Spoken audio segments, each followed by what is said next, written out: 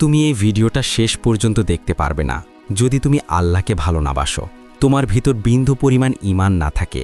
কখনো কি ভেবেছ খেলাধুলা, কাজকর্মে, পরিবারের পেছনে কতটুকু সময় হারিয়ে ফেলেছ?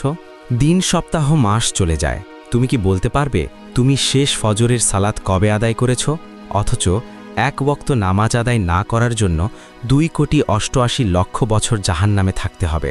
প্রতিদিন 24 ঘন্টার ভেতরে তুমি হিসাব করে দেখো, 5 ওয়াক্ত সালাত আদায় করতে টোটাল 1 ঘন্টা 15 মিনিট লাগে।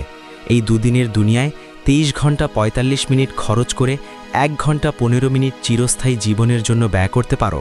প্রতি ওয়াক্ত নামাজের সময় তোমার মনে নানা রকম অজুহাত চলে আসে, কিন্তু তুমি ভেবে দেখো, মানুষ যেটাকে গুরুত্ব দেয় সেটার জন্য নিশ্চয়ই মানুষ সময় বের করে নেয়।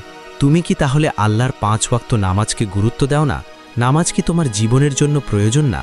তুমি যদি দুনিয়া নামের পরীক্ষার হলে ভালোভাবে পরীক্ষা না দাও, তাহলে হাসরের মাঠে পরীক্ষার ফলাফল কি আসবে তুমি ভালো করেই জানো। তাই এখন থেকে আল্লাহর জন্য কিছু সময় ব্যয় করো। পারিবারিক কাজের ফাঁকে ফাঁকে 5 ওয়াক্ত সালাত আদায় করো। ধন্যবাদ।